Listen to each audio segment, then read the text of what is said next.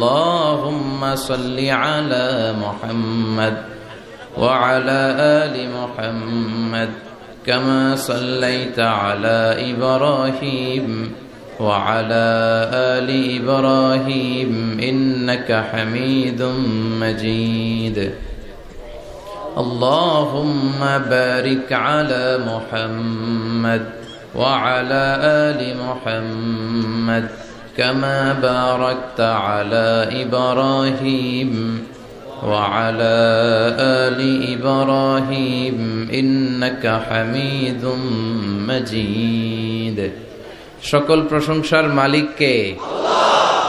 সকল ক্ষমতার উৎস কে? আল্লাহ। কেউ যেটা পারে না পারে কে? আল্লাহ। কেউ যেটা দেখে না দেখে কে? আল্লাহ। কেউ যেটা শোনে না শোনে কে? আল্লাহ। সে আল্লাহর জন্য আমরা সবাই পড়ছি আলহামদুলিল্লাহ।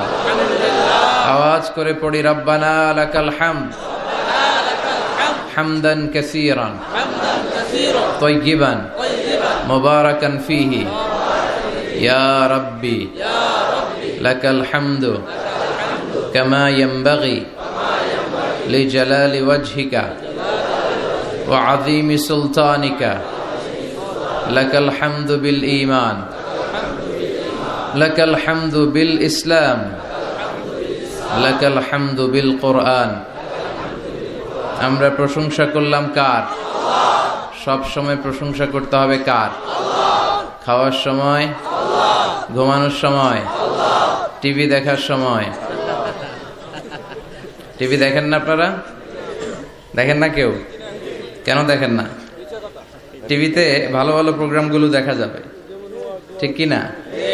আসলে টিভির কোনো দোষ নাই। টিভিতে যদি ইসলামিক প্রোগ্রাম দেখেন ওটাতে সওয়াব আছে না নাই? আপনি খারাপ প্রোগ্রাম দেখলে যেমনি আপনার আমলনামাতে গুনাহ লেখা হবে, অন দ্য কন্ট্রারি তার বিপরীতে আপনি ভালো প্রোগ্রাম দেখলে আপনার আমলনামায় সওয়াব দিবে কে? একই ছুরি দিয়ে ডাকাত মানুষ মারে, আর ওই একই ছুরি দিয়ে ডাক্তার অপারেশন করে রোগী বাঁচায়। এজন্য ছুরির কোনো দোষ নাই, দোষ হচ্ছে ওই ছুরিটাকে কোন কাজে ব্যবহার করা হচ্ছে।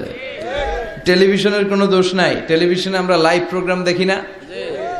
কাবা ঘরে কখন কোন সালাত হচ্ছে, যারা তাইফিন তাওয়াফকারী তারা কিভাবে তাওয়াফ করছে, মসজিদে নববীতে ঠিক এই মুহূর্তে কি পরিবেশ, কিরকম মানুষের সমাগম, তার সবগুলো দেখার সুযোগ আছে না নাই? ওখান থেকে যদি আপনি তেলাওয়াত শোনেন আপনার উপর রহমত নাজিল করবে কে? আল্লাহ। কিন্তু আপনি যদি অশ্লীল ভিডিও দেখেন, নাচ দেখেন, গান দেখেন, গুনাহ আছে না নাই? তার মানে টিভি দেখাতে কোনো দোষ নাই, দোষ হচ্ছে আপনি কি দেখছেন সেই প্রশ্নে। চিল্লায় বলেন ঠিক কিনা? এজন্য আমাদের যাদের ঘরে টিভি আছে আমরা যেন ভালো ভালো প্রোগ্রামগুলো দেখি। ডিশ লাইন আছে না অনেকের, মনিটরিং করতে হবে। যারা ডিশের ব্যবসা করে এদেরকে বলে দিতে হবে যে সব চ্যানেল আমি দেখতে চাই না, সব চ্যানেল আমি দেখতে চাই না।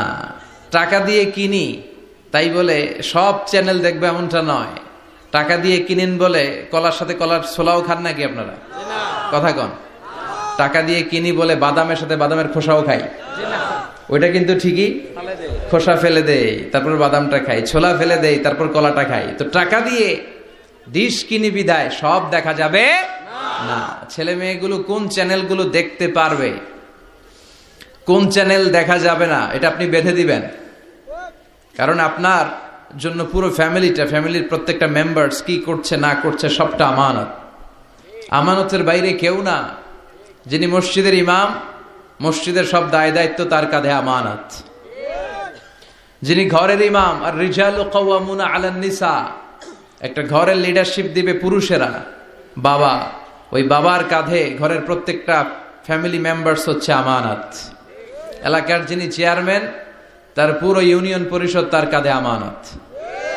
যিনি member of the parliament, MP, এই পুরো নির্বাচনী আসনে যা যা দায় দায়িত্ব আছে তার কাঁধে আমানত।